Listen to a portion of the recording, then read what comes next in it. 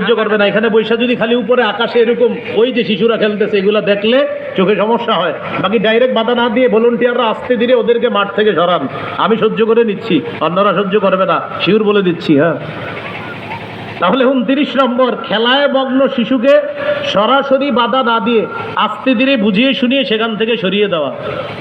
সহিহ মুসলিমের হাদিস 6272 নম্বর হাদিস।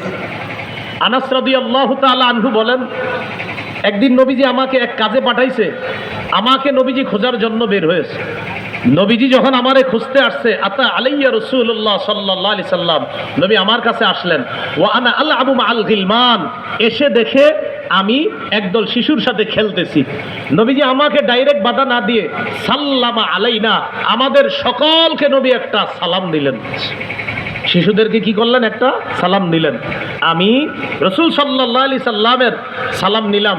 নবীজি এরপর আমাকে একটা কাজে পাঠাইছে।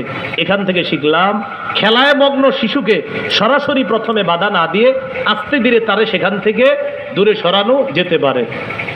30 নম্বর, শিশুকে তার মায়ের থেকে আলাদা না করা।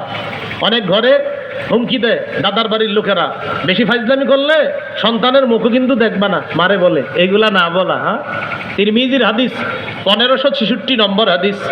রাসূলুল্লাহ সাল্লাল্লাহু আলাইহি সাল্লাম বলেন, মান ফাররাকা বাইনা ওয়ালিদাতিন ওয়া ওয়ালাদিহা ফাররাকাল্লাহু বাইনাহু ওয়া বাইনা আহিব্বাতিহি ইয়াউমাল কিয়ামা।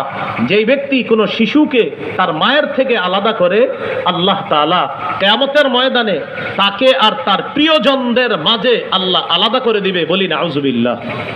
কয় নাম্বার গেল? 30। 31 নম্বর,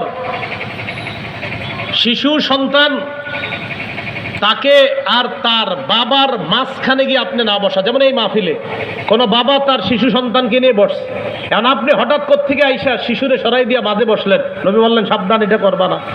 শিশু যেখানে বসা ওখানে ওরে বসতে দাও, ওরে সরায়া তুমি বসবা, এমনটা করবা না।